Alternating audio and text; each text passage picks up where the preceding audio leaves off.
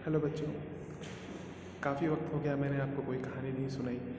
सो एक कहानी मेरे दिमाग में आ रही थी जो मैंने बहुत पहले पढ़ी थी, तो मैंने सोचा क्यों ना आपको सुनाऊं। तो शुरू करें। ओके। सो कहानी है माधव नाम के एक लड़के की। माधव एक अनाथ है जिसके माँ बाप बहुत पहले मर चुके हैं, और वो अब एक गांव में रहता है जिसका नाम है धर्म। उस गांव में एक ज़मींदार भी रहता है जिसका नाम है हुकुम सिंह। हुकुम सिंह बहुत ही एक होशियार ज़मींदार होता है जो धोखे से लोगों के पैसे हड़प लेता है। इसने भी माधव के साथ धोखेबाजी करके उसके जो ज़मीन के कागज़ थे उस पर उसके साइन करवा लिए और उसकी सारी ज़मीन जो है अपने नाम करवा ली, और माधव को भी अपने यहाँ नौकर रख लिया। माधव के ऊपर तो बहुत मुसीबत आ गई। दिन रात वो काम करता हुकुम सिंह का, और रात में इसकी मार खानी पड़ती। कोई थोड़ी सी भी गलती होने पर ज़मींदार उसको बहुत मारता था। ऐसे ही करके उसके दिन बीत रहे थे।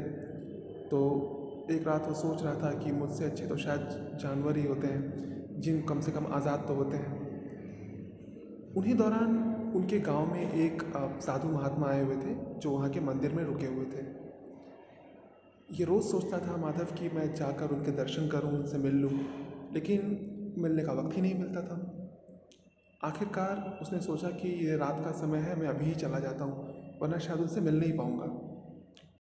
तो वहीं ही उठकर वो चला जाता है उनसे मिलने के लिए।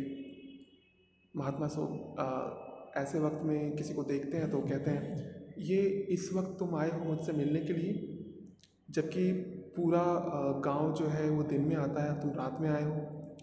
तो ये लड़का यही कहता है कि जी बात तो सही है कि मैं इस वक्त आया हूँ आपसे मिलने के लिए, पर क्या करूँ, मेरी ये दुख भरी कहानी है जिसके कारण मुझे वक्त ही नहीं मिलता आपसे मिलने का, इसलिए मैं ऐसे समय में आपसे मिलने आया हूँ। तो उसकी पूरी कहानी सुनकर वो भी बहुत दुखी होते हैं, और वो कहते हैं कि ठीक है, मैं कुछ सोचता हूँ आपके लिए। वो कुछ देर के लिए आंखें बंद करके ध्यान लगाते हैं। तो उनके दिमाग में एक विचार आता है। उन्होंने बोला माधव को कि तुम यहाँ से 10 मील दूर एक जंगल है, वहाँ चले जाओ। वहाँ एक नीलकंठ पक्षी होता है, तुम उसको ढूंढो। अगर वो नीलकंठ पक्षी तुम्हें दिख जाए तो तुम जान सकते हो कि तुम्हारा उसी वक्त से अच्छा टाइम स्टार्ट हो गया है।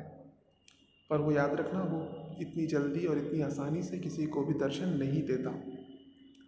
तो वो कहता है ठीक है, मैं ज़रूर जाऊँगा, मैं जाकर देखता हूँ।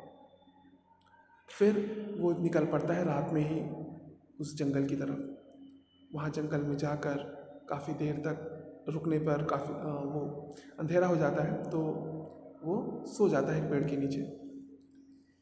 अगली सुबह जब वो उठता है तो फिर वो तलाश करना शुरू कर देता है।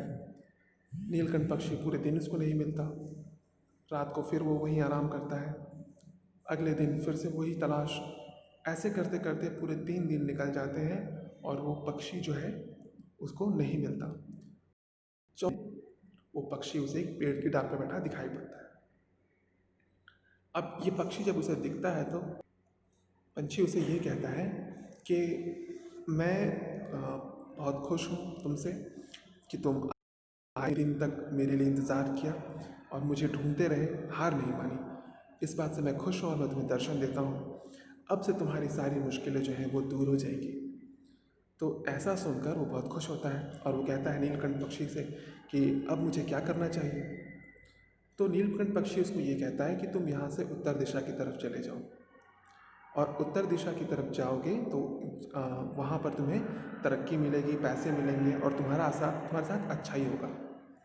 ये सुनकर बहुत खुश होता है और वो उत्तर दिशा की तरफ चल पड़ता है। उत्तर दिशा की ओर जाते जाते उसे एक गांव नज़र आता है। उस गांव का नाम होता है मल्लपुर। तो वो गांव में देखता है कि एक शादी हो रही है वहाँ पर।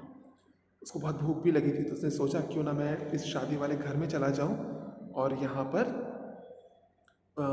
मुझे कुछ खाने को मिल जाएगा। तो फिर वो वहाँ पर चला जाता है शादी के अंदर। वहाँ पर मंडप में अचानक उसे एक आदमी मिलता है, बूढ़ा आदमी, और वो उसको तो शायद उसको वो पहचान जाता है, और उसको माधव को एक खींच कर अपने कमरे में ले आता है।